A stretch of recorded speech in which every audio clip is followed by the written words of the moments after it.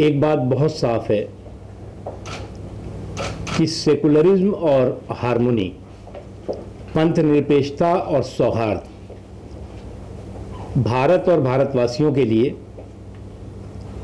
Political fashion नहीं है, बल्कि परफेक्ट पैशन है। राजनीतिक फैशन नहीं है, बल्कि परफेक्ट जुनून है, जज्बा है। और इसी अनेकता में एकता की ताकत ने देश को, भारत के लोगों को एक सूत्र में पिरो करके रखा है। अल्पसंख्यकों सहित देश के सभी लोगों के सामाजिक, संवैधानिक, धार्मिक अधिकार पूरी तरह से पुख्ता भी हैं, सुरक्षित भी हैं। और आज़ादी से लेकर आज तक भारत समावेशी सोच और संकल्प के सिद्धांतों के आधार पर देश के सभी वर्गों को न्याय और सम्मान के साथ विकास का हिस्सेदार, भागीदार बनाता रहा है। प्रधानमंत्री नरेंद्र मोदी जी और उनके नेतृत्व में development with dignity, empowerment without appeasement, इस संकल्प के साथ 5 साल से ज़्यादा समय से भारत समाज के सभी वर्गों को प्रोग्रेस की मेन स्ट्रीम, प्रगति की मुख्य धारा का हिस्सेदार, भागीदार सफलता के साथ बनाने का काम करता रहा है। हमारी ये ताकत आज हमें दुनिया के सबसे बड़े लोकतंत्र भारत को आज एक अलग पहचान दिलाती है, पुख्ता पहचान दिलाती है। अनफॉर्चुनेटली इन संकट के समय में भी बोगस बैशिंग ब्रिगेड, दुष्प्रचारों, फेक न्यूज़ों और गलत तरह से लोगों को गुमराह करने वाले अलग अलग लेखों के माध्यम से लोगों की उस ताकत को कमज़ोर करने के षड्यंत्र और साजिशों में लगी हुई है। हमें पूरी तरह से होशियार रहना चाहिए कि इस तरह की फेक न्यूज़, भड़काऊ बातें, अफवाह फैलाने वाली साजिशें, षड्यंत्र हमारी इस एकता और अनेकता में एकता की ताकत को कमज़ोर करने की साजिश, षड्यंत्र का हिस्सा है। प्रधानमंत्री श्री नरेंद्र मोदी जी के नेतृत्व में लोगों की सेहत और सलामती के लिए मजबूती के साथ काम हो रहा है।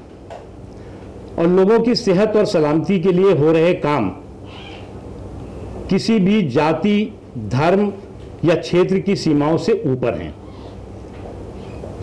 हम इस मजबूती और इस संकल्प के साथ भारत आगे बढ़ रहा है। देश के सभी धार्मिक धर्मगुरु, उलेमा, धार्मिक संगठन, सामाजिक संगठन ने एकजुट होकर के देश निर्णय किया है और अपील की है मुस्लिम समाज से कि रमज़ान के इस पवित्र महीने में हम इबादत, इफ्तार, तरावी या और भी जो रमज़ान के महीने के हमारे धार्मिक कर्तव्य हैं, उनको हम अपने घरों पर ही सोशल डिस्टेंसिंग का ध्यान रख करके उन कर्तव्यों को पूरा करें। लगभग देश भर के उलेमाओं, देश भर के धार्मिक संगठनों, सामाजिक संगठनों ने एकजुटता के साथ इस दिशा में फैसला किया है। पिछले दिनों हमारी भी 30 से ज़्यादा वक्फ बोर्डों के चेयरमैन, उनके वरिष्ठ अधिकारियों के साथ वीडियो कॉन्फ्रेंसिंग के जरिए बातचीत हुई थी और सब ने रमज़ान के पवित्र महीने में मस्जिदों, ईदगाहों, अन्य धार्मिक स्थलों, सार्वजनिक स्थलों, व्यक्तिगत स्थलों पर भीड़ भाड़ के साथ किसी भी रमज़ान से जुड़े हुए कार्यक्रम को न करने का फैसला किया है। और वक्फ बोर्ड के जो कि लगभग 7 लाख से ज़्यादा मस्जिदें हैं, दरगाहें हैं, ईदगाह हैं, सामाजिक जगहें हैं और भी स्थान हैं जहाँ पर कि रमज़ान के मौके पर नमाज और अन्य रमज़ान से जुड़े हुए कार्यक्रम होते थे, वहाँ पर भी उन्होंने उस कार्यक्रमों को ना करने का फैसला लिया है। और ख़ुद मुस्लिम समाज ने स्वयं आगे आकर के ये फैसला उसी तरह से किया है जिस तरह से शब बारात के दिन सभी ने फैसला किया था कि शब बारात के दिन कोई भी जो शब बारात का कार्यक्रम है सड़कों पे, मोहल्लों में, गांवों में या कब्रिस्तानों में जो जाने का होता था वो नहीं किया और घरों पर ही इबादत और जो भी शब रात से जुड़े हुए कर्तव्य थे उसको पूरी तरह से निभाया। कोरोना के इस कहर को ध्यान में रख करके अलग अलग क्षेत्रों में कहीं पर लॉकडाउन है, कहीं पर कर्फ्यू है, सोशल डिस्टेंसिंग के नॉर्म्स हैं, अलग अलग और भी दिशा निर्देश गृह मंत्रालय ने दिए हैं, राज्य सरकारों ने दिए हैं, स्थानीय प्रशासन ने दिए हैं। आज कोई मंदिर हो, कोई गुरुद्वारा हो, चर्च हो या कोई अन्य धार्मिक स्थल हो, वहाँ पर किसी भी तरह के भीड़ भाड़ वाले कार्यक्रम नहीं हो रहे हैं। इसी तरह से तमाम मस्जिदों में भी कोई भी कार्यक्रम इस तरह का जो भीड़ भाड़ वाला है नहीं हो रहा है। न केवल हिंदुस्तान में बल्कि पूरी दुनिया में सभी लगभग ज़्यादातर इस्लामिक देशों ने भी ये फैसला किया है, चाहे सऊदी अरब हो चाहे और देश हों, कि वो रमज़ान के महीने के दौरान नमाज, तरावी, इफ्तार के सारे कार्यक्रम घरों पर ही करेंगे, किसी जगह पर भी भीड़ भाड़ के साथ नहीं होगी। एक महत्वपूर्ण चीज़ है जो हमें पूरी तरह से ध्यान रखने की ज़रूरत है कि इस महामारी में हमारे स्वास्थ्यकर्मी, हमारे सुरक्षा बल, हमारे प्रशासनिक अधिकारी, सफाई कर्मचारी और भी जो लाखों की तादाद में लोग अपनी जान को हथेली में ले करके और हमारी सेहत के लिए, हमारी सुरक्षा के लिए, हमारे हेल्थ और वेल्थ के लिए काम कर रहे हैं, उनका सम्मान होना चाहिए, अपमान नहीं होना चाहिए। और जिस जगह पर भी इस तरह की हरकत होती है तो निश्चित तौर से ये दुर्भाग्य भी पूर्ण भी है, दुखद भी है और ये एक तरह से क्राइम भी है। और मुझे खुशी है कि इस तरह के जहां पर भी जिन्होंने हरकत की है, समाज के सभी वर्गों ने एकजुट होकर के ऐसे लोगों की निंदा भी की है और ऐसे लोगों के खिलाफ कार्रवाई की बात भी उठाई है। हमें ये बात भी अच्छी तरह समझना चाहिए कि जो हमारे स्वास्थ्यकर्मी हैं, सुरक्षा से संबंधित जुड़े हुए लोग हैं, जो हमारी सेहत और सलामती के लिए काम कर रहे हैं, वो अगर किसी को जांच के बाद क्वारंटाइन की बात करते हैं, आइसोलेशन की बात करते हैं, तो आपकी सेहत और आपकी सलामती के लिए है, आपकी बेहतरी के लिए है। और उसको लेकर के जो दुष्प्रचार कुछ लोगों ने सोशल मीडिया के माध्यम से या अन्य जगहों पे किया हुआ है, वो समझना चाहिए कि जो लोग इस तरह का दुष्प्रचार कर रहे हैं वो आपकी सेहत के और आपकी बेहतरी के दुश्मन हैं और चाहते हैं कि इस तरह की जो महामारी है, इस तरह की जो कोरोना की जो कहर है, उससे आप प्रभावित हों। इसलिए हम सबको जुट करके, एकजुट होकर के, प्रधानमंत्री नरेंद्र मोदी जी ने 130 करोड़ हिंदुस्तानियों से हाथ जोड़ करके अपील की है कि हम सबको मिल करके इस कोरोना के खिलाफ जो जंग है उसमें विजय हासिल करनी है। और आज हमारा ये सौभाग्य है कि हमारे पास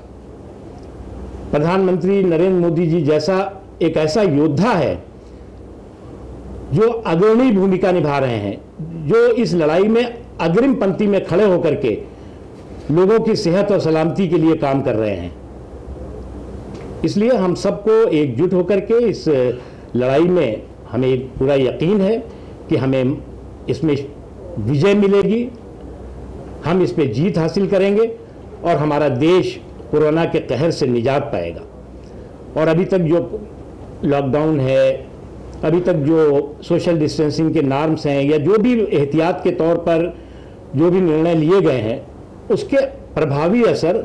उसके परफेक्ट और पॉजिटिव असर दिखाई पड़ रहे हैं। लेकिन अभी भी चुनौती बाकी है। प्रधानमंत्री नरेंद्र मोदी जी ने बहुत साफ कहा है कि हमें उस चुनौती को आखिरी दम तक उसके लिए मजबूती से एक साथ खड़े होकर के संयम और अनुशासन के साथ इस लड़ाई को लड़ना है। और यकीन हमें सबको है, पूरे देश को है कि इस लड़ाई में हम मजबूती के साथ विजय हासिल करेंगे। और मुझे पूरा यकीन है कि जिस तरह से सभी उलमाओं ने, सभी धार्मिक संगठनों ने, सभी धर्मगुरुओं ने, समाज के सभी हिस्सों ने एकजुट होकर के ये फैसला किया है कि रमज़ान के दौरान हम मस्जिदों में, धार्मिक स्थलों पे, सार्वजनिक स्थलों पे, व्यक्तिगत स्थलों पर कोई भी भीड़ भाड़ वाले कार्यक्रम नहीं करेंगे। नमाज है, अफ्तार है या और भी तिराबी है या और भी जो रमज़ान के कर्तव्य हैं, उनको हम अपने घरों पर ही सोशल डिस्टेंसिंग के को ध्यान में रखकर पूरा करेंगे। वो पूरी तरह से सफल होगा।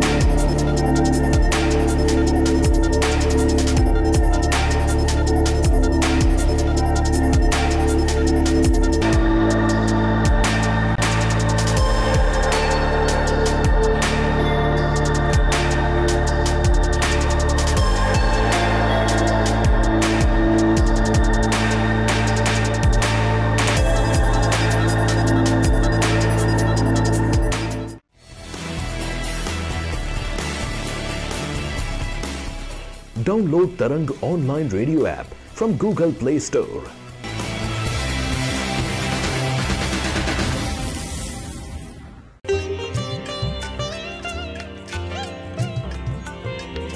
You are listening to Tarang Devotional Online Radio.